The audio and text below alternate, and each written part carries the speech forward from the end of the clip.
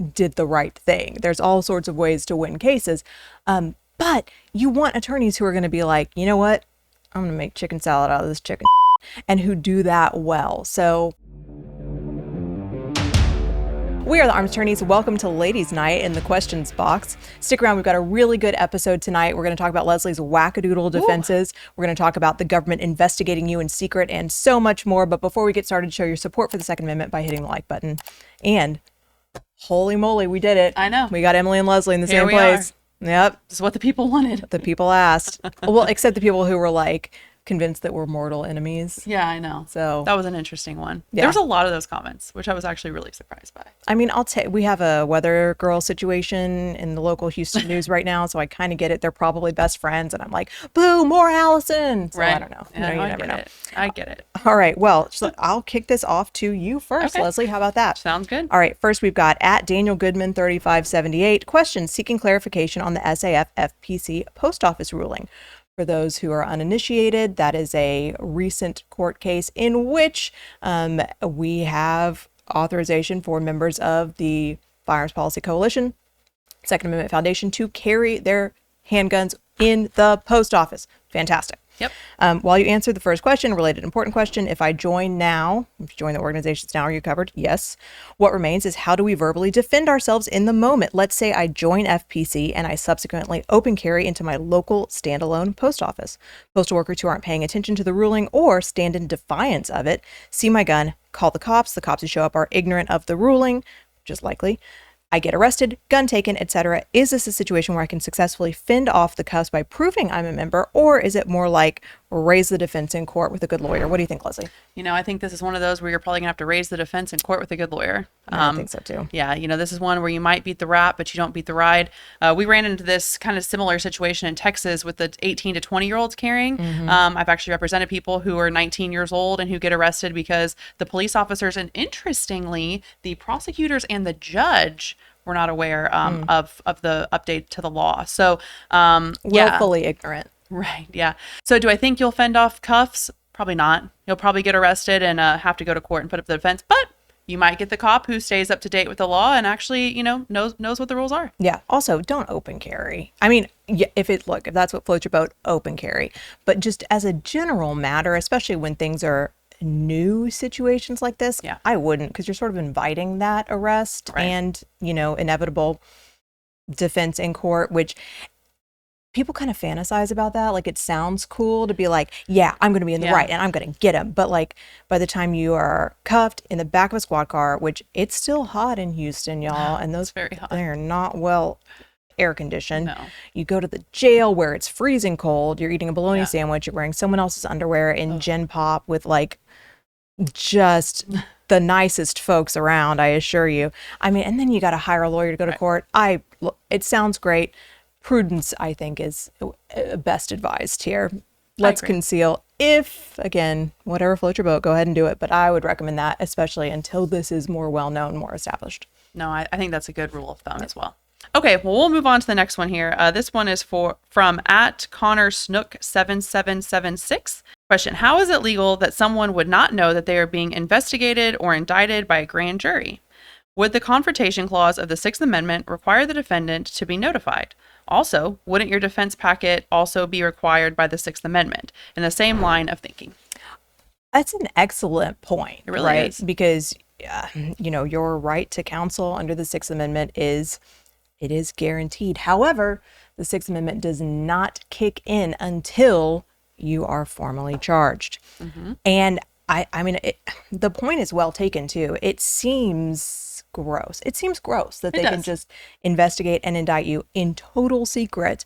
And of course, we love to know this is happening. We love to prepare a grand jury defense, prepare that packet. But remember that even when we have clients who are arrested, we know the investigation is taking place. We know what day even the case is going to grand jury. They don't have to take our packet. They don't have to consider our defense. It is a totally secret process controlled entirely by the government. You just hope they're going to play ball and consider your defenses and present your packet and not alter your packet. I mean, there's no rules, right? In grand There's jury. not, and there's no repercussions if they don't. Exactly. So it seems gross. It seems like there should be a rule against it, but unfortunately, the Sixth Amendment does not kick in yet. And so, I mean, the nature of the government being the nature of the government, if they are not constrained by the Constitution and by the Bill of Rights, they're going to do everything that they are not constrained not to do. Right. If that makes sense. So investigating you in secret and taking you to the grand jury in secret is one of those things. I would love it to be illegal, but unfortunately, completely lawful.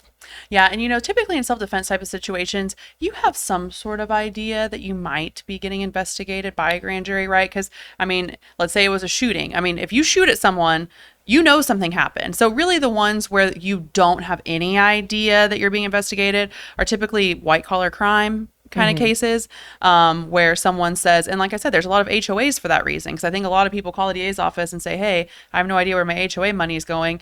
I think they're doing something weird with that. Down with the HOA. Exactly. So I think those are kind of situations more where you have like literally no idea that you're being investigated. I don't know. I disagree because we've had so many clients who they do get in the self-defense situation. And then on the scene, the cops are like, True. High You're five, good. buddy. Yeah. You did good. It's self-defense. We're not worried about it. And then 6 months later, a year later, all of a sudden they get arrested because they've been indicted. They had no idea the investigation was ongoing and the presentation was going to happen. Yeah. So, I mean, I guess that's not the majority of our cases, but it happens. Sure, I agree. No, So- that does happen. All right, I'm glad we're on the same page. Okay, this one is to Leslie specifically, and it's kind of mean. Okay, so at Bill D. Acavilas 754 question: do you guys think it's important to be reasonable when reviewing 2A cases on your channel to promote good faith dialogue with the non-2A people out there? Can I just stop before the rest of the question, which is non-2A people are not watching our channel, and I'm highly reasonable. Are you reasonable? I think I'm Everyone very thinks reasonable. we all think we're highly reasonable, Especially our husbands. Okay, if so, how do you justify Leslie's wackadoodle defense and apologetic tone towards Tony Earls? Who is Tony Earls, briefly, before we finish the question? This was the case that we had a video on where the gentleman thought he was acting in self-defense. That was his argument at court. And unfortunately, he tragically shot a 9-year-old because he was shooting at a car that he had no idea what was in the car. So that's who he is. So he lost sight of his target, decided to shoot at a truck he thought the guy might have gotten into. In the process, he killed an innocent little girl. How on earth, Leslie, can you sit there and say this is a self-defense case? There is a self-defense case to be made. I certainly hope our justice system hasn't devolved to the point where, oops, sorry about it, it's considered a valid defense. First of all, I would love if I had the defense of sorry about it. Right? That'd be awesome. All right, go on. Yeah. So, my wackadoodle defense, I've been called worse. It's okay. But you have to understand, we are defense attorneys, right? That's what we do. We were prosecutors at one point, and so we do see both sides of the story. And in that video, a lot of you thought that I was saying that this was justified self-defense, and I wasn't. I know I said I was shocked that they maxed him out. I'm always shocked when a jury maxes anyone out. Yeah. It's just so rare that we see a jury go with the max, because as humans, we have 2 to 20, right? That's your range. And I think as humans, we typically, for some reason, our heads think, well, we got to pick somewhere in between there. Yeah. So no, I was not saying that I thought he was justified. I wasn't saying that I thought this was justified self-defense. I do think that they made the argument, and I think that's the argument they had to make given the facts. And that's our jobs as defense attorneys. Yeah. And, as 2A supporters, you want attorneys who are going to go to bat and fight for you. Again, not saying he was justified. Right. But yes. Are we slightly unreasonable when it comes to the fact that we put ourselves in the shoes of the defense attorney? And Right. Would I be lying if Leslie and I didn't sit around and say, we might have won that case? Maybe. But that's the thing. By the way, you don't always win cases because you did the right thing. There's all sorts of ways to win cases. But you want attorneys who are going to be like, you know what? I'm going to make chicken salad out of this chicken, and who do that well. So I watched that video from my perch in maternity leave. I did not think that you were unreasonable. Well, I understood completely. Now, Was that a really hard self-defense case It to was make? very hard. Yes, absolutely it was. But, you know, the reasonable arguments were there. And everyone has the right to a jury trial, right? So, you know, if he wanted to go to a jury trial, his defense attorneys had to have some sort of defense that they were arguing, and that's what they argued. And it was kind of an interesting case because it got a lot of y'all really upset about it. Yeah. But yes. If I was his lawyer and he was offered 10 years, we might have taken that to trial too. Yeah. You know, it's tough. It's a tough call. Yeah. So it was a tough case. All right. It was. Next question. This one is from @RobertGantry2118. And the question is, what is bond and how is it different from bail? Both words seem to get used interchangeably, but I'm not sure they're the same thing. Well, yes, in fact, as criminal practitioners, we use those words interchangeably as well. And we know better. It's just ease. It's the ease of it. It is. Right? Because ultimately, it doesn't really matter. It doesn't, but it does. So your bail is the amount of money that is set for your release, right? So you are set at a $100,000 bail. Your bail bond is what you post in order to get out. Right.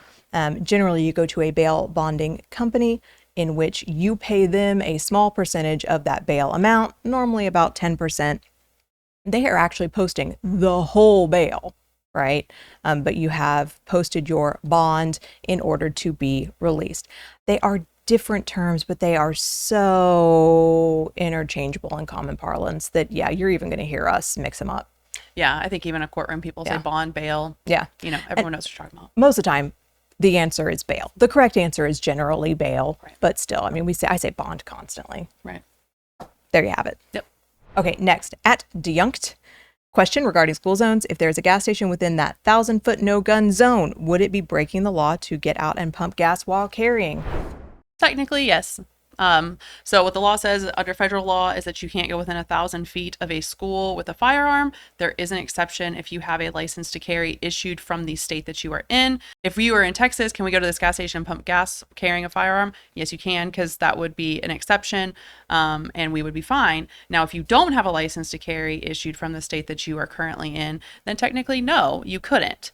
How many people have you seen arrested for that? Right. I've never seen, you know, feds posted up at a gas station saying, hey, we're within 1,000 feet of a school. Do you have a firearm on you? And also, you know, there's a ton of major roadways that go within 1,000 feet of a school. And I'm promised that there's people who drive by there every single day who have firearms in their cars. And I've never seen anyone posted up pulling people over saying, hey, do you have a gun on you? You're within 1,000 feet of a school. Now, if you got into an incident at that gas station and you were carrying a firearm, could that be an issue? Yeah, absolutely. Yeah. Then it could come up. Still unlikely, though. I think it is. You know, because even if you are breaking that relatively minor aspect of federal law, I mean, I always think back to my post office guy. So if you've watched channel, you probably have already heard this story, but we did have a client who shot someone in a post office parking lot. Of course, this was far, far, far before our new district court injunction on the matter. And so he was actually investigated by the postal police because he broke the law, and they didn't do anything. They didn't do anything. I thought they would because I was on the scene and they were so excited. They were so excited. They had a murder in their parking lot. They didn't do anything about it. Yeah. So. The next question is from @Larry E. Arnold. And the question is, this is Texas specific and technical, but under Government Code 411.205, when a magistrate or a peace officer demands that the license holder display identification, we are required to display licenses of carrying. First, does peace officer include commissioned security officers? And what is your suggestion when that happens? Second, if a game warden asks for a fishing or hunting license, does that qualify as identification? Oh boy. Okay, so part one, security officer is not a peace officer. Nope. So peace officers are police. They are licensed under TCOL in the state of Texas. They are people whose TCOL is actively held. So if they or a magistrate ask you for that license to carry, yes, you must present, or any identification, you must present the license to carry as well. Does not include security officers. Does that mean that you don't ever want to show a security officer? I don't know. There was a period of time in which Walmart out here wouldn't let you open carry unless you presented your license to carry. So I mean, if you really were dead set on open carrying in the Walmart, if you didn't show their security officer your license to carry, they were going to kick you out of the Walmart. Right. So it's one of those things where the principle of it, you might say, pound sand, I don't have to show you nothing. But if you want to finish your shopping trip, you might have just done it anyway. But you certainly did not have to. You were just going to get trespassed from the Walmart. Yeah. So what is the repercussion if you don't give them your license to carry? Nothing. There's no consequence. We cut the consequence from the law. Now they'll probably chew you out. Mm-hmm. And like if you were pulled over for speeding and you didn't do it, and maybe they were inclined to give you a warning, if they're mad about the license, they're definitely going to give you a speeding ticket. So it's auxiliary consequences, but it doesn't hurt you at all. It's not a separate criminal offense. It does not get your license to carry yanked anymore, which is what it used to do. So you can kind of do what you want. Oh, there's a second part of this question though. It's the game wardens. If they ask for your fishing or hunting license, does that qualify? That's a good question. That is a good question. I've actually never thought about that. Me neither. I mean, game wardens are peace officers. Sure. They are asking you, to identify that you are properly licensed. I'd hand it over just in case. I would too. I mean, my go-to, I know I asked if there was any repercussion and there's not, but so I mean, if you didn't do it and if we're wrong, who cares? Hopefully we're not. But, I think just to make the interaction more peaceful, I mean, especially if you're open carrying, which I know a lot of people, whether hunting or fishing, typically are open carrying. I don't think it hurts to just hand it over so they know that you have a license to carry and they know that you're not a convicted felon. Right. You're not a prohibited person. So, I mean, I think it would probably just make the interaction go a little smoother. I agree. Well, we answered a bunch of your questions. If you have questions of your own, leave them down below in the comment section. If you put the word question first, it kind of helps us weed through those and see which ones are questions and which ones are just comments. Yeah. Don't question who would win in a fight between the two of us, though, because we are not mortal enemies, I assure you. It's very true. But we hope you enjoyed this episode. If you did, please consider subscribing, hitting the like button, and help us fight not each other, but the anti-2A algorithm by sharing this video. And if you have questions or comments, if you want one of your questions answered, put it in the comments below, put the word question, kind of helps us weed through and figure out which ones are questions and which ones are comments. But we would love to answer some more questions for you. And until next time, we're the Armed Attorneys.